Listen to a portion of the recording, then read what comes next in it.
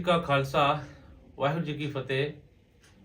संगत जी, पंथ रतन ਗਿਆਨੀ संत सिंह जी मस्कीन जी ਦੇ ਵਿਚਾਰ ਨੇ ਉਹ ਕਥਾ ਵਿੱਚ ਵਿਚਾਰਦੇ ਨੇ ਕਿ ਇਨਸਾਨ ਇਸ ਸੰਸਾਰ ਦੇ ਇਨਸਾਨ ਮਨੁੱਖ ਕਹਿੰਦੇ ਨੇ ਕਿ ਘਰ ਵਿੱਚ ਮਾਹੌਲ ਠੀਕ ਹੋਏਗਾ ਤੇ ਪਾਠ ਕਰਾਂਗੇ। ਕਥਾ ਵਿੱਚ ਵਿਚਾਰਦੇ ਨੇ ਕਿ ਘਰ ਵਿੱਚ ਮਾਹੌਲ ਠੀਕ ਹੋਗਾ ਤੇ ਪਾਠ ਕਰਾਂਗੇ, ਪਰੇਸ਼ਾਨੀਆਂ ਚਿੰਤਾ ਵਿੱਚ ਪਾਠ ਕਰਨ ਦਾ ਮਨ ਨਹੀਂ ਕਰਦਾ। ਆਓ ਮਸਕੀਨ ਜੀ ਦੀ ਕਥਾ ਸੁਣੀਏ। ਕਥਾ ਵਿੱਚ ਕੀ ਦੱਸਦੇ ਹਨ ਕਿ ਸਾਨੂੰ ਕੀ ਕਰਨਾ ਚਾਹੀਦਾ ਹੈ, ਕਿਸ ਤਰ੍ਹਾਂ ਅਸੀਂ ਆਪਣੇ ਮਨ ਨੂੰ ਬਾਣੀ ਨਾਲ ਜੋੜ ਸਕਦੇ ਹਾਂ ਤੇ ਪਾਠ ਕਰ ਸਕਦੇ ਹਾਂ। ਆਓ ਉਹਨਾਂ ਦੀ ਕਥਾ ਸੁਣੀਏ ਤੇ ਅੰਤ ਵਿੱਚ ਕਥਾ ਦੇ ਵਿਚਾਰ ਕਰਾਂਗੇ ਕਿ ਸਾਨੂੰ ਕੀ ਮਾਰਗਦਰਸ਼ਨ ਕਰਦੇ ਹਨ। ਆਓ ਉਹਨਾਂ ਦੀ ਕਥਾ ਸੁਣੀਏ। घर ਵਿੱਚ ਕਿਧਰੇ ਬੱਚਾ ਹੀ ਬਿਮਾਰ ਹੋ ਜਾਏ ਤੇ ਕਹਿੰਦੇ ਅੱਜ ਕੀ ਜਪਜੀ ਸਾਹਿਬ ਦਾ ਪਾਠ ਕਰਨਾ ਮਨ ਹੀ ਨਹੀਂ ਲੱਗਦਾ। ਘਰ ਵਿੱਚ ਵਿਪਤਾ ਪੈ ਗਈ ਐਨੇ ਤੇ ਹੁਣ ਜਪਜੀ ਸਾਹਿਬ ਦਾ ਪਾਠ ਕੋਈ ਨਹੀਂ। ਕੋਈ ਹੋਰ ਮਾੜੀ ਮੋਟੀ ਗੱਲ ਹੋ ਗਈ, ਅੱਜ ਕੀ ਨਿਤਨੇਮ ਕਰਨਾ ਛੱਡੋ ਜੀ, ਅੱਜ ਕੀ ਗੁਰਦੁਆਰੇ ਜਾ।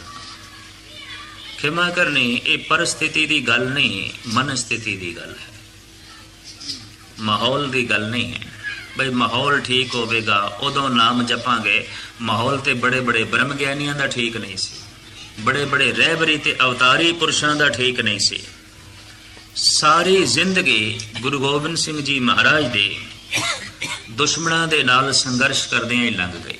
ਵਕਤ ਦੀ ਹਕੂਮਤ ਦੁਸ਼ਮਣ ਬਣੀ ਹੋਈ, 22 ਧਾਰ ਦੇ ਰਾਜੇ ਦੁਸ਼ਮਣ ਬਣੇ ਹੋਏ, ਵਕਤ ਦੇ ਪੰਡਤ ਪੁਰੋਹਿਤ ਆਪ ਨਾਲ ਸਹਿਮਤ ਨਹੀਂ, ਸ਼ਰੀਕ ਵੀ ਦੁਸ਼ਮਣ ਬਣੇ।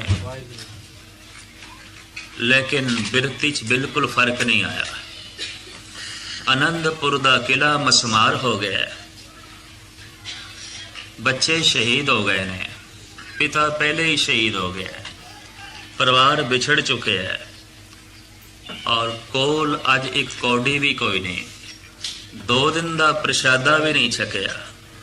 ਮਾਛੀਵਾੜੇ ਵਿੱਚ ਇੱਕ ਰੇਤ ਦੇ ਟਿੱਬੇ ਦੇ ਉੱਤੇ ਰਾਤ ਨੂੰ ਮਹਾਰਾਜ ਸੌ ਗਏ ਨੇ ਤੇ ਰਾਤ ਵੀ ਪੋ ਮਾਂ ਦੀ ਠੰਡੀ ਰਾਤ, ਅੰਬ ਦੇ ਥੋੜੇ ਜਿਹੇ ਬੂਟੇ, ਰੇਤ ਦਾ ਟਿੱਬਾ, ਉੱਥੇ ਸੌ ਕੇ ਵੀ ਮੇਰੇ ਪਾਤਸ਼ਾਹ ਕਹਿੰਦੇ ਨੇ ਯਾਰੜੇ ਦਾ ਸਾਨੂੰ 70 ਚੰਗਾ ਭੱਟ ਖੇੜਿਆਂ ਦਾ ਰਹਿਣਾ। ਉੱਥੇ ਵੀ ਯਾਰ ਯਾਦ ਆ ਜਾਵੇ, ਉੱਥੇ ਵੀ ਯਾਰ ਦੀ ਯਾਦ ਬਣੀ ਰਵੇ, ਉੱਥੇ ਵੀ ਪ੍ਰਮਾਤਮਾ ਦਾ ਚਿੰਤਨ ਬਣਿਆ ਰਵੇ। ਜਦ ਹਾਲਤ ਐਸੀ ਹੋ ਗਈ ਹੈ, ਮਾਹੌਲ ਦੀ ਗੱਲ ਨਹੀਂ ਹੈ, ਹਰ ਇੱਕ ਬੰਦੇ ਦਾ ਮਾਹੌਲ, ਇਹ ਮਾਹੌਲ ਦੀ ਗੱਲ ਹੀ ਨਹੀਂ ਕਰਨੀ ਚਾਹੀਦੀ। ਮਾਹੌਲ ਨਹੀਂ, ਕੀ ਕਰੀਏ, ਕਿਸ ਤਰ੍ਹਾਂ ਨਾਮ ਜਪੀਏ, ਕਿਵੇਂ ਅੰਮ੍ਰਿਤ ਛਕੀਏ, ਕਿਵੇਂ ਭਜਨ ਕਰੀਏ, ਕਿਵੇਂ ਬਾਣੀ ਪੜ੍ਹੀਏ, ਮਾਹੌਲ ਦੀ ਗੱਲ ਨਹੀਂ, ਇਹ ਮਨ ਦੀ ਗੱਲ ਹੈ। ਮਾਹੌਲ ਤੇ ਬੜੇ ਬੜੇ ਬ੍ਰਹਮ ਗਿਆਨੀਆਂ ਦਾ ਠੀਕ ਨਹੀਂ ਸੀ, ਕਦੀ ਪੜ੍ਹ ਕੇ ਵੇਖੋ ਤੁਸੀਂ। ਔਰ ਇਹ ਗਿਲਾ ਵੀ ਕਿਸੇ ਨੂੰ ਨਾ ਕਰਿਆ ਕਰੋ, ਮਾਹੌਲ ਠੀਕ ਹੋਵੇਗਾ ਤੇ ਨਾਮ ਜਪਾਂਗੇ। ਮਾਹੌਲ ਠੀਕ ਨਹੀਂ ਜੀ, ਵਾਤਾਵਰਣ ਠੀਕ ਨਹੀਂ, ਤੇ ਵਾਤਾਵਰਣ ਹੁਣ ਸਾਰੇ ਭਗਤਾਂ ਦਾ ਤੁਸੀਂ ਪੜ੍ਹ ਲਓ, ਕਬੀਰ ਦਾ ਵੀ ਠੀਕ ਨਹੀਂ ਸੀ। ਮਾਂ ਲੜਦੀ ਰਹਿੰਦੀ ਸੀ ਕਬੀਰ ਨਾਲ, ਬਾਰ-ਬਾਰ ਲੜਦੀ ਰਹਿੰਦੀ ਸੀ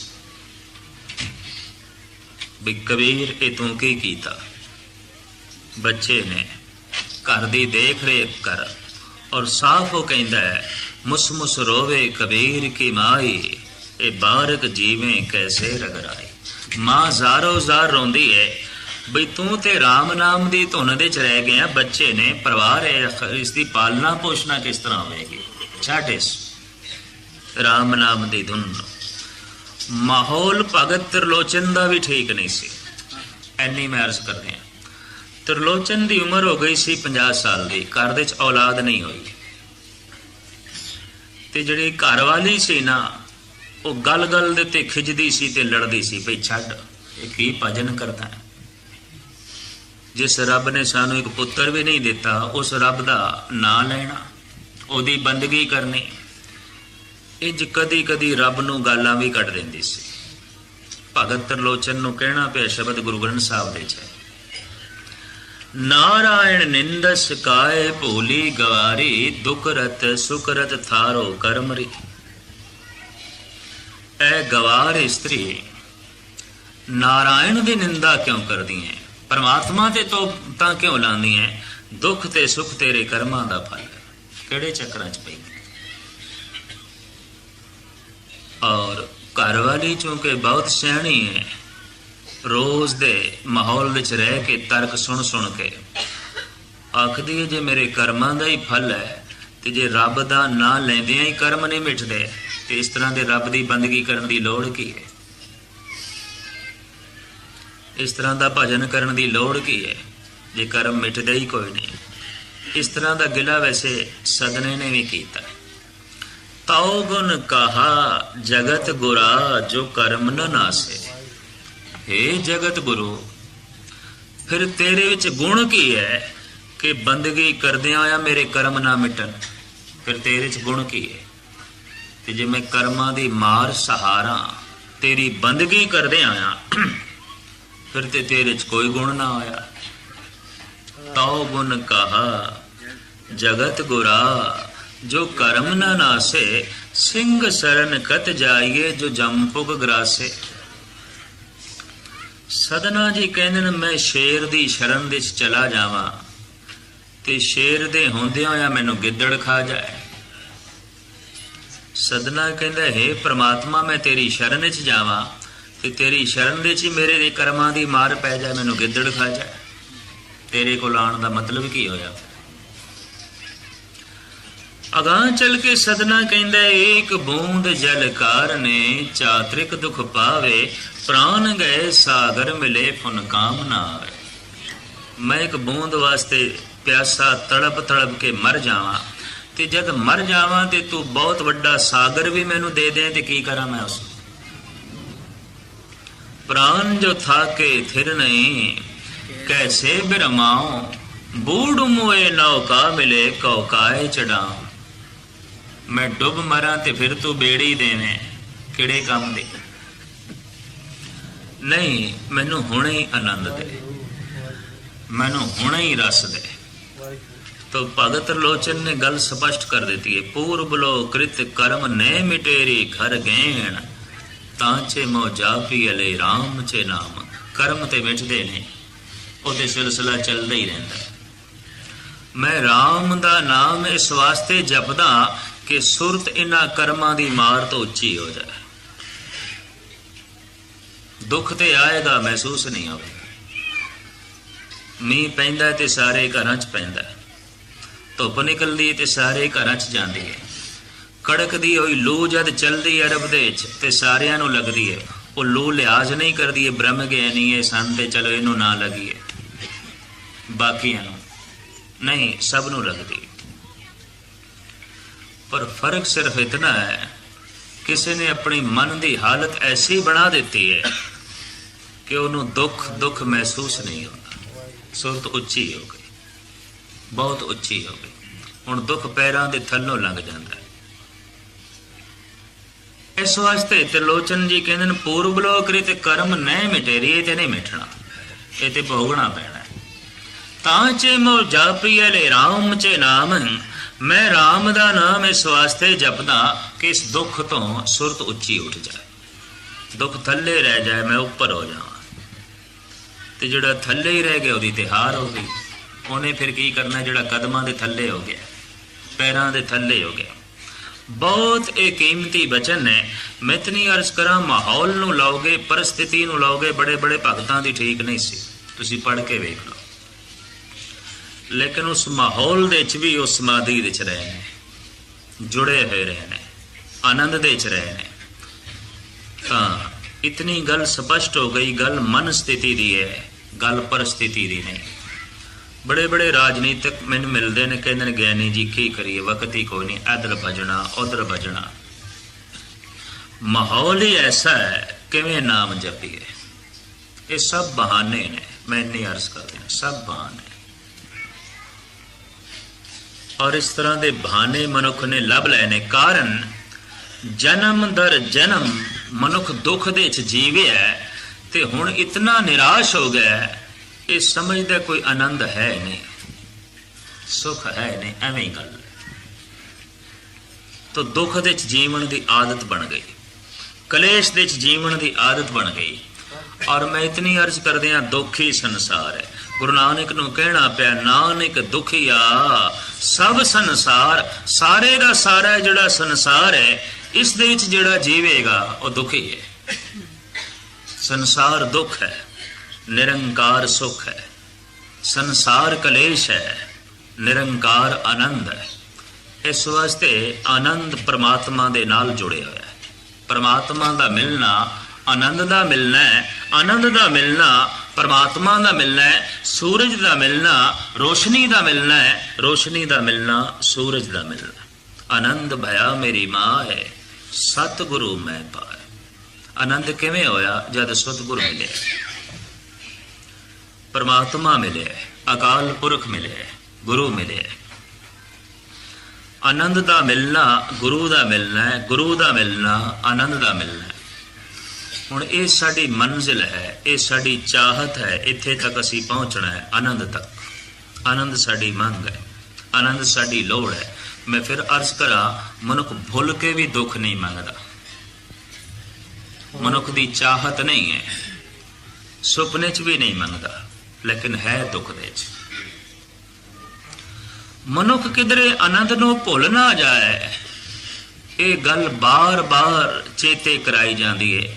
ਹੋਰ ਸ਼ਬਦ ਅਗਾਂਹ ਪਿਛਾਂ ਵੀ ਪੜ੍ਹੇ ਜਾ ਸਕਦੇ ਨੇ, ਆਨੰਦ ਤੇ ਰੋਜ਼ ਪੜ੍ਹਿਆ ਜਾਏਗਾ ਲਾਜ਼ਮੀ, ਸਮਾਪਤੀ ਤੇ ਲਾਜ਼ਮੀ, ਤਾਂ ਕਿ ਮਨੁੱਖ ਨੂੰ ਪਤਾ ਚਲੇ ਇਹ ਜੋ ਤੂੰ ਕੀਰਤਨ ਸੁਣਿਆ, ਇਹ ਜੋ ਤੂੰ ਕਥਾ ਸੁਣੀ ਹੈ, ਇਹ ਜੋ ਤੂੰ ਆ ਕੇ ਨਿਤਨੇਮ ਕੀਤਾ ਹੈ, ਸਤਿਗੁਰੂ ਨੂੰ ਮੱਥਾ ਟੇਕਿਆ, ਦਾਨ ਪੁੰਨ ਕੀਤਾ ਹੈ, ਇਹਦਾ ਮੰਜ਼ਿਲ, ਇਹਦਾ ਸਿਧਾਂਤਿਕ ਨੁਕਤਾ, ਇਹਦਾ ਫਲ ਆਨੰਦ ਹੈ। ਇਹ ਸਭ ਕੁਛ ਆਨੰਦ ਤੱਕ ਪਹੁੰਚਦਾ ਹੈ। ਆਨੰਦ ਨਾ ਭੁੱਲੀ, ਆਨੰਦ ਨੂੰ ਚੇਤੇ ਰੱਖੀ। ਹੁਣ ਆਨੰਦ ਤੱਕ ਮਨੁੱਖ ਕਿਸ ਤਰ੍ਹਾਂ ਪਹੁੰਚੇ, ਇਹਦਾ ਥੋੜਾ ਜਿਹਾ ਮੈਂ ਖੁਲਾਸਾ ਕਰਾਂ ਤੁਹਾਡੇ ਸਾਹਮਣੇ। ਗੁਰੂ ਗੋਬਿੰਦ ਸਿੰਘ ਜੀ ਮਹਾਰਾਜ ਨੇ ਸਿੱਖ ਨੂੰ, ਸਿੰਘ ਨੂੰ 5 ਬਾਣੀਆਂ ਦਾ ਨਿਤਨੇਮ ਦਿੱਤਾ ਹੈ। 5 ਬਾਣੀ ਜਿਹਦੇ 'ਚ ਆਨੰਦ ਸਭ ਤੋਂ ਅਖੀਰ ਵਿੱਚ ਹੈ, ਉੱਥੇ ਵੀ ਸਭ ਤੋਂ ਅਖੀਰ ਦੇ 'ਚ, ਤੇ ਦੀਵਾਨ ਦੀ ਸਮਾਪਤੀ ਤੇ ਆਨੰਦ ਪੜਿਆ ਜਾਂਦਾ ਹੈ, ਇੱਥੇ ਵੀ ਸਭ ਤੋਂ ਅਖੀਰ ਦੇ 'ਚ, ਮੰਜ਼ਿਲ ਅਖੀਰ ਦੇ 'ਚ ਆਉਂਦੀ ਹੈ। ਯਾਤਰਾ ਜਿੱਥੋਂ ਸ਼ੁਰੂ ਕਰਨੀ ਹੈ ਤੇ ਜਿੱਥੇ ਪਹੁੰਚਣਾ ਹੈ ਉਹ ਤੇ ਅਖੀਰ ਦੇ 'ਚ ਹੈ ਨਾ, ਆਨੰਦ ਅਖੀਰ ਦੇ 'ਚ, ਪਹੁੰਚਣਾ ਆਨੰਦ ਤੱਕ ਹੈ। ਚਾਹਤ ਆਨੰਦ ਦੀ ਹੈ, ਤਾਂ ਹੁਣ ਆਨੰਦ ਦੀ ਪ੍ਰਾਪਤੀ ਕਿਵੇਂ ਹੋਵੇ? ਸਤਿਗੁਰ ਕਹਿੰਦੇ ਨੇ ਆਨੰਦ ਦੀ ਪ੍ਰਾਪਤੀ ਬਿਨਾਂ ਜਪ ਤੋਂ ਨਹੀਂ ਹੋਵੇਗੀ, ਬਿਨਾਂ ਜਾਪ ਤੋਂ ਨਹੀਂ ਹੋਵੇਗੀ। ਤੋ ਜਪ ਇਹ ਯਾਤਰਾ ਦੀ ਆਰੰਭਤਾ ਹੈ, ਇਹ ਚੱਲ ਪੈਣਾ ਹੈ। ਪਹਿਲੀ ਬਾਣੀ ਜਪ ਹੈ, ਪਹਿਲੀ ਬਾਣੀ ਦਾ ਨਾਮ ਹੀ ਜਪ ਹੈ।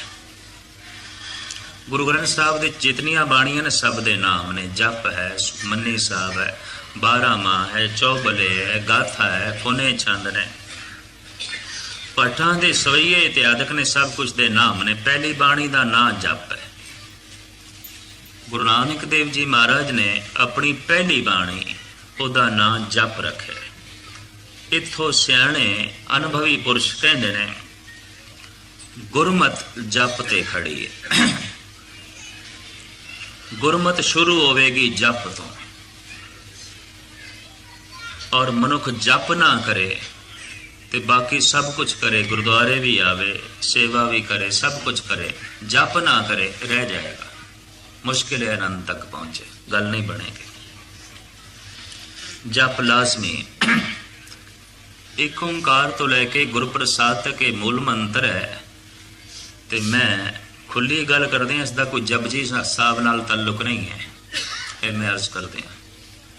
ਉੱਥੇ ਗੁਰੂ ਗ੍ਰੰਥ ਸਾਹਿਬ ਦਾ ਮੰਗਲਾ ਚਰਨ ਹੈ, ਉਹ ਜਪਜੀ ਸਾਹਿਬ ਦਾ ਮੰਗਲਾ ਚਰਨ ਹੈ। ਜਪ ਬਾਣੀ ਦਾ ਨਾਂ ਹੈ ਤੇ ਜਪਜੀ ਸ਼ੁਰੂ ਹੁੰਦੀ ਹੈ ਆਦਿ ਸੱਚ ਜੁਗਾਦ ਸੱਚ, ਇੱਥੋਂ ਸ਼ੁਰੂ ਹੁੰਦੀ ਹੈ। ਇਹ ਸ਼ਲੋਕ ਹੈ ਪਹਿਲਾ। ਫਿਰ ਇੱਕ ਸ਼ਲੋਕ ਅਖੀਰ ਦੇ 'ਚ ਹੈ, ਪੌਣ ਗੁਰੂ ਪਾਣੀ ਪਿਤਾ। 2 ਸ਼ਲੋਕਾਂ ਦੇ ਵਿੱਚ 38 ਪੌੜੀਆਂ ਨੇ। ਇਹ ਸਭ ਜਪਜੀ ਸਾਹਿਬ ਹੈ। ਉੱਪਰ ਮੰਗਲਾ ਚਰਨ ਹੈ, ਉਹ ਮੂਲ ਮੰਤਰ ਹੈ। ਜਿੱਥੇ ਗੁਰੂ ਗ੍ਰੰਥ ਸਾਹਿਬ ਵਿੱਚ ਕੋਈ ਨਵਾਂ ਰਾਗ ਸ਼ੁਰੂ ਹੁੰਦਾ ਹੈ, ਨਵੀਂ ਬਾਣੀ ਸ਼ੁਰੂ ਹੁੰਦੀ ਹੈ, ਉੱਥੇ ਮੰਗਲਾ ਚਰਨ ਮੌਜੂਦ ਹੈ। ਇੱਕ ਓਂਕਾਰ ਤੋਂ ਲੈ ਕੇ ਗੁਰਪ੍ਰਸਾਦ ਤੱਕ। ਪਰ ਜਿਨ੍ਹਾਂ ਨੂੰ ਗੁਸਤਾਖੀ ਮਾਫ, ਗੁਰੂ ਆਸ਼ਾ ਦੀ ਸਮਝ ਨਾ ਪਈ, ਗੁਰਬਾਣੀ ਗ੍ਰਾਮਰ ਦੀ ਵੀ ਸਮਝ ਨਾ ਪਈ, ਉਹਨਾਂ ਨੇ ਕਹਿ ਦਿੱਤਾ ਮੂਲ ਮੰਤਰ ਤੇ ਨਾਨਕ ਹੋਸੀ ਵੀ ਸੱਚ ਤੱਕ। ਤੇ ਮੈਂ ਫਿਰ ਅਰਜ਼ ਕਰਾਂ, ਧਾਰਮਿਕ ਤੌਰ ਤੇ ਲੋਕੀ ਬੱਚੇ ਨੇ, ਬਿਲਕੁਲ और साखियां जो गुरमत की कसौटी ते पूरियां ही नहीं उतरदियां, वो भी प्रचलित इस गल का सबूत है कि बंदा धार्मिक तौर पर बिल्कुल बच्चा है।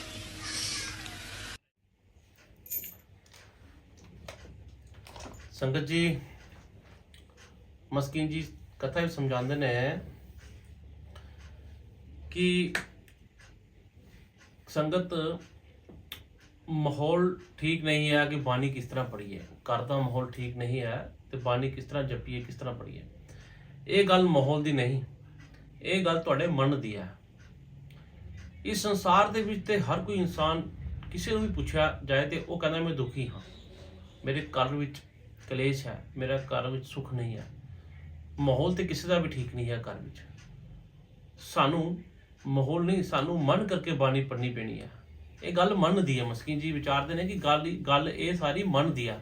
अगर तुहाडा मन है बानी पढ़न का, मन तुहाडा एकाग्र है, मन तुहाडा बानी पढ़ना चाहता है तो तुसी बानी पढ़ सकते हो। अगर तुसी भाने लगाने, भाने करने हैं कि माहौल ठीक नहीं है, काली परेशानी है, बीमार है, मैं नहीं पढ़ सकता, वो तो एक हो गया कि तुसी एक भाना कर रहे हो। बट गल सारी मन दी है। मन करके बानी पढ़नी है, प्रीतम नूं याद करना है, वाहिगुरू का नाम सिमरना है, तां ही ये जीवन साडा सुखमय हो सकता है। मस्कीन जी कहते ना कि साडे जीवन का सफर तां ही सफल होएगा, तां ही पूरा होएगा कि जद असी जप करांगे, एक नाल जुड़ांगे। जब तक असी नहीं करांगे, नाम नहीं जपांगे, बेशक गुरुद्वारे जाइए, मत्था टेकिए, दान करिए, अरदास करिए, जब तक असी जप नहीं करांगे ना, पाठ नहीं करांगे ना, तब तक सानू सफल नहीं है, आनंद नहीं मिलेगा, गुरु का आनंद नहीं मिलेगा।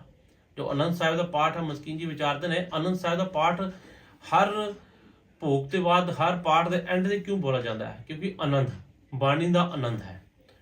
आनंद प्या बिरमाए सतगुरु में पाया, सतगुर ता पाया सह सिद्धि, मन वजियां बधाइयां। ये आनंद है। सानू आनंद, यही आनंद पान उससे सानू जप करना पेगा, वाहिगुरू का जप करना पेगा। मत्थे जिन्ने मर्जी टेकिए, गुरुद्वारे जिन्ना मर्जी जाइए, जब तक असी जप नहीं करांगे ना तो असी इस महाराज के आनंद तक नहीं पहुंच सकते, आनंद नहीं प्राप्त कर सकते। इस गले मन करके बानी पढ़नी चाहिए। मस्कीन जी विचार दें कि मन करके बानी पढ़ो, बानी सुनो, बानी नूं समझो ते बानी का भाव अपने मन, अपने हिरदे विच वसाओ, तां ही सानू आनंद मिलेगा ते असी प्रीतम परमात्मा नाल जुड़ सकते हैं ते उहदी जोत बन के इस संसार ते विचर सकते हैं। मस्कीन दे विचार बहुत सुंदर हैं। सानू संगत जी इन्हां दे अगर असी कथा सुनते हाँ तो मस्कीन जी दी गल्लां ते सानू अमल करना चाहिए, इन्हां दे विचारां ते अमल करना चाहिए है, तां ही साडी असी इस संसार दे विच वाहिगुरू पिता नूं पा सकते हाँ, आनंद ले सकते हाँ, महाराज का आनंद पा के महाराज नाल एक हो सकते हाँ ते महाराज नाल जुड़ सकते हाँ। कथा बहुत प्यारी सी, काफ़ी संक्षेप भी समझाया मस्कीन जी ने कि आनंद पाना है तो जप करना पेगा, सानू पंज बाणी का पाठ करना पेगा, सानू जप करना पेगा, वाहिगुरू का सिमरन करना पेगा, तां ही असी आनंद तक पहुँच सकते हाँ ते महाराज नाल जुड़ सकते हाँ ते महाराज की जोत बन सकते हाँ। संगत जी दिओ सानू इजाजत, नवी कथा विचारां दे नाल तुहाडे नाल फिर सांझ पावांगे। वाहिगुरू जी का खालसा, वाहिगुरू जी की फतेह।